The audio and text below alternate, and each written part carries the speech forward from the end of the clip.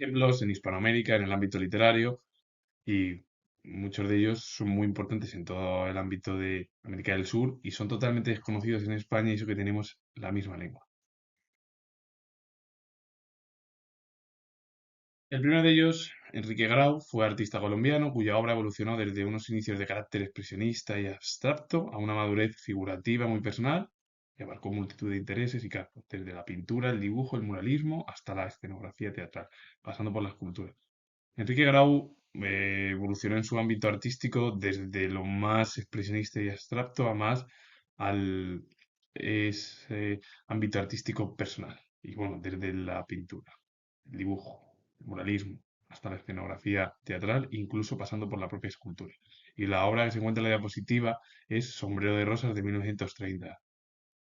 Enrique Bernardo Núñez fue escritor venezolano. Vivió en Valencia hasta que cumplió 15 años, cuando partió a Caracas, decidido a dedicarse al periodismo y a cursar estudios de medicina en la Universidad Central de Venezuela. Había completado la primaria en la escuela de Rafael Pérez y el bachillerato en el colegio de Requena, en el cual ingresó en 1907, fundado un año antes de dejar su Valencia natal, el periódico Resonancia del Pasado. La obra es Viaje por el País de las Máquinas de 1954. Bernardo Núñez fue uno de los escritores más importantes en Venezuela, pero también en el ámbito de Hispanoamérica o Iberoamérica. En El Salvador también hubo grandes intelectuales. Serafín Quiteño, que fue poeta y periodista salvadoreño, en el ámbito periodístico firmó muchos de sus escritos con el seudónimo Pedro C. Maravilla, hombre de formación autodidacta, publicó sus primeros poemas en la revista Cultural Lumen, dirigida por los poetas Castro Canizales y Rafael Cuellar. Y la obra es Corazón Corese de 1941, libro que, ilustrado por la portada del mencionado Salarue, uno de los artistas más importantes del país, de El Salvador, y también por los grabados interiores de José Mejía Vides. Fue recibido por grandes elogios. Muchos de los artistas compaginaron la vida de artista con la de información, con la de periodista. Esto sucedió no solo en el ámbito de Hispanoamérica, sino en el ámbito también europeo y español. Y también en, en Estados Unidos, pero bueno, la gran mayoría de ellos se dedicaban a el ámbito literario. Salarue, que fue escritor y artista salvadoreño, conocido por el seudónimo Salarue, fue una de las voces fundamentales de la literatura hispanoamericana por su concisión y fuerza en la recreación de la realidad del pueblo. Su identificación con el mundo campesino salvadoreño y sus exploraciones en los asuntos esotéricos orientales y de ciencia ficción han llevado a valorarlo como uno de los iniciadores de la nueva narrativa hispanoamericana y como destacado exponente de la cultura de su país. La obra Cuentos de Barro, de 1933, relatos de extrema brevedad, contribuyeron a forjar la estética del cuento hispanoamericano.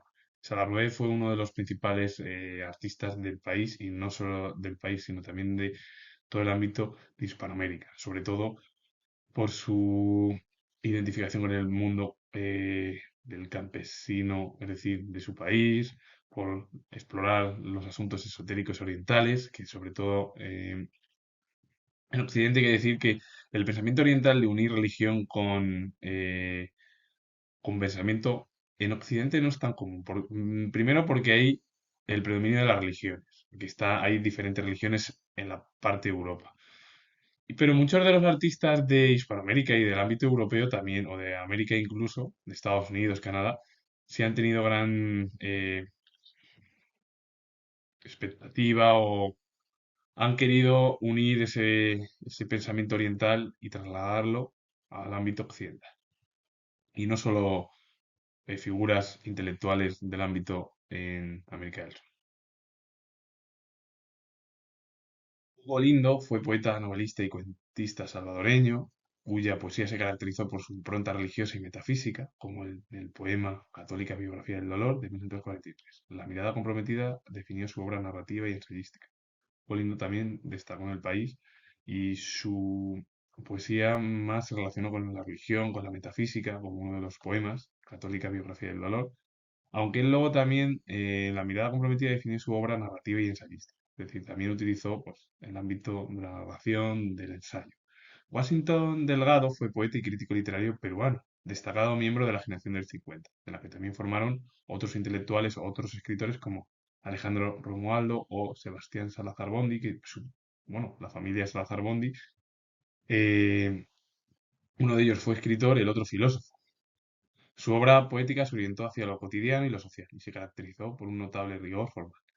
La obra es Días del Corazón de 1957. Cultivó una lírica temática intimista con un notable refinamiento formal.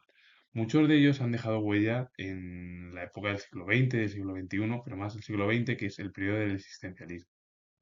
Y también, sobre todo, por su herencia del ámbito en el que vivieron, porque muchos de ellos vivieron eh, la Segunda Guerra Mundial, sobre todo, o algunos compases también de la Primera Guerra Mundial. Y claro, ¿qué es lo que sucede con el existencialismo, el trato del absurdo? ¿Qué es lo que surgió al final del ámbito cultural del siglo XX? Fue pues el miedo no a la existencia, sino el miedo a perder su vida más relacionada con la cultura, porque muchos de ellos, filósofos, escritores, artistas, querían, bueno, pues tener una vida más o menos lo más normal posible debido a dos guerras mundiales, a una pandemia, a una crisis económica.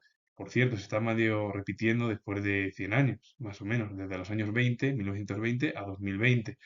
Esperemos que la situación hoy en día del siglo XXI, yo lo comento siendo historiador, sea algo diferente, porque una pandemia ya hemos tenido una crisis también y una invasión, como se ha producido con Rusia o lo que ha pasado entre Israel y Hamas. Esperemos que esta situación pues vaya eh, mejorando y se vayan sofocando las revueltas y los problemas que hay en el ámbito occidental y sobre todo en Estados Unidos, con las principales potencias como China y Rusia. Así que con ello finalizo, comento que soy historiador y si os ha gustado este vídeo relacionado con el mundo cultural en Hispanoamérica, darle a like, suscribiros, poner comentarios y vuelvo a repetir que soy historiador y nos vemos en el próximo vídeo.